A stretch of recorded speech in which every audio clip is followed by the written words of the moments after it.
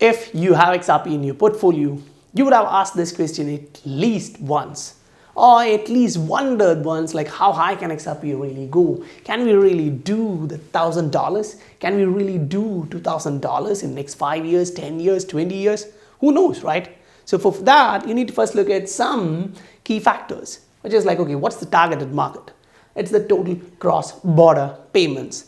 And if we are targeting this area, international trade, e-commerce, multinational companies expanding, cross-border asset management, global investments, remittance, all of this, if we cover all of that, can we reach this big number? Come on, let's find out. So now, first, okay, what is the total value of the cross-border payments right now? What do you think? It's around $220 trillion. Now that's not me giving a number. I'll take you here. This is Bank of England saying 2017, it's $150 trillion in cross-border payments. I'll put the link in the description. You can read through that and you'll get all these details. Then the expected growth is like $10 trillion a year. So they were expecting from 2017 to 2027, it is going to reach $250 trillion. So right now it's 2022. Great. That gives you that understanding. Right now you are about $220 trillion. So what would the number be? How much of that would run through the XRP ledger? Will you say it's going to be 50%? Or will you say like it's going to be 25%, 10%? Or be conservative, say, okay, we kind of get to take 1%. Even in that case, what would be the price of XRP? For that, first you need to look at this.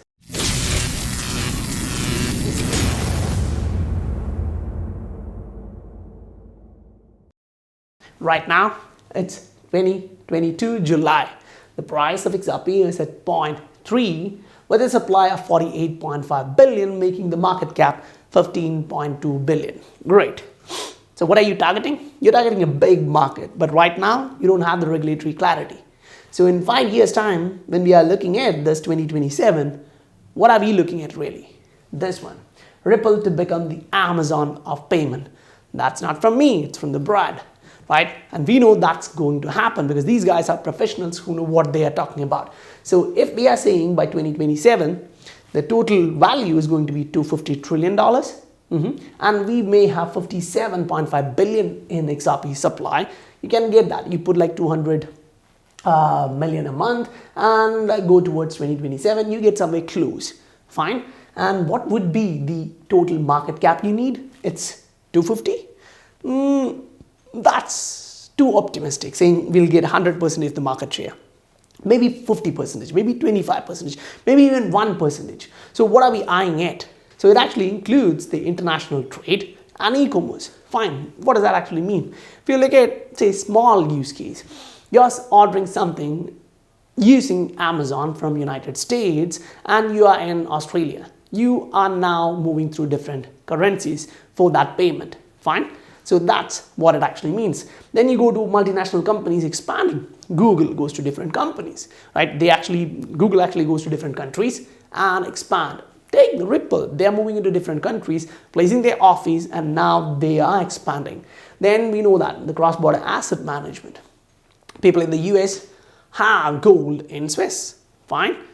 They do have a lot of different assets across the globe.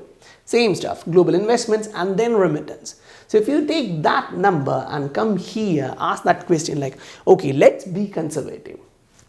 What if XRP is going to just take 1% of this 250 trillion? That means you are going to reach $2.5 trillion as market cap. You put that number here, $2.5 trillion market cap, and your supply at that time is close to 57.5 billion. What does that actually give you here as a number for XRP's price? That is here. 1% means 2.5 trillion. To reach there, you need $45 per XRP.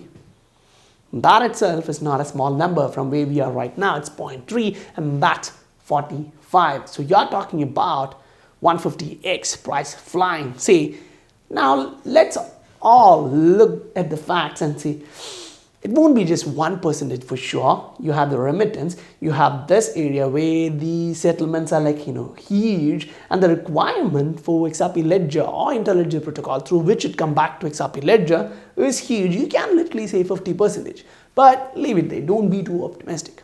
Let's say like we are going to take 10% of the market share. That's going to be $25 trillion. You put that number here, and with this supply at that time, you need XRP to be for $50.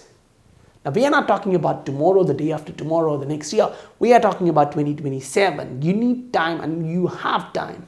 The question is, will you hold it through that time frame? Even if you're holding 10% of your current XRP portfolio to that price, how would your portfolio look like? Ask that question to yourself. Do the number. If you do the math well, and you're like, okay, let me wait through next 10 years. If XRP ledger is going through 25%, not 50, 25% of the market share, that's $62.5 trillion. You're putting that here, and you come back here in the loop, you get XRP price at $1,125. That's actually a big number from where we are right now. It feels like, okay, there's some kind of balloon being blown away and that won't work anyway. But understand this. If you read this and understand how the market of payments work and what Ripple is doing right now, just remember this, CBDC. When central bank digital currencies are out and all of them, at least the major countries, are on one interoperable layer, all of these are going to go through that one interoperable layer. And when you have interledger protocol positioned for that particular use case, now you have a lot more coming inside, but I'm just talking about this because right now you are looking at different domestic environment where Ripple is actually entering and doing, say for example, we just saw like in Colombia, it was like they're entering the land registry. So if you are even doing that transaction, it's being used in XRP ledger. That's actually a huge news. Because now we are only considering the cross-border payments, and domestic use cases are also being built through this. So you go back to 2018 where the Ripple executives were saying we're going to bring massive demand for XRP, and that's what we are seeing now.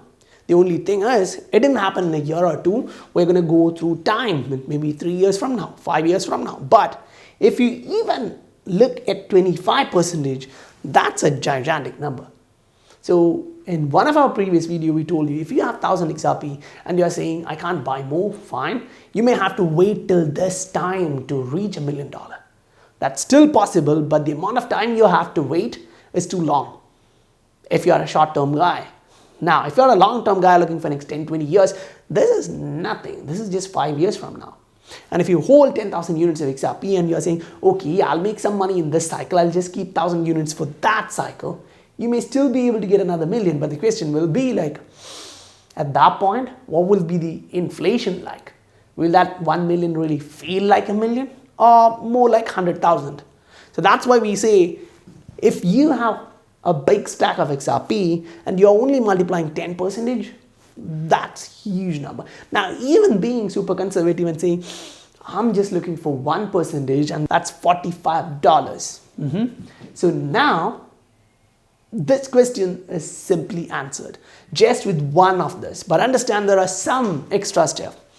You kind of say like, okay, there is a possibility you can be not 1%, go even conservative. Fine. If you put that numbers, this is like 10 trillion a year. Fine. You break it down, you go on a monthly and say kind of 800, 900 billion. But usually in our sector, the payments, they usually multiplied with 1.5, 1.6x factor of safety. So that factor of safety take you to $1.6 trillion, which again take you to $30. This is like you're going super conservative. Now it's at 0.3, so you're talking about $3. Then you're talking about $30. So this is literally 100x what we are talking about. So if you understand the math well, and if you learned a new idea, a new concept, and you're an XRP holder, hit that like and subscribe button. And if you want to learn more of these kind of interesting ideas and concepts, go for this particular video. Or else if you want to learn from the market, the fundamentals, the current FA, go to this particular video. That's it, guys. I'll meet you on the next video. Bye-bye.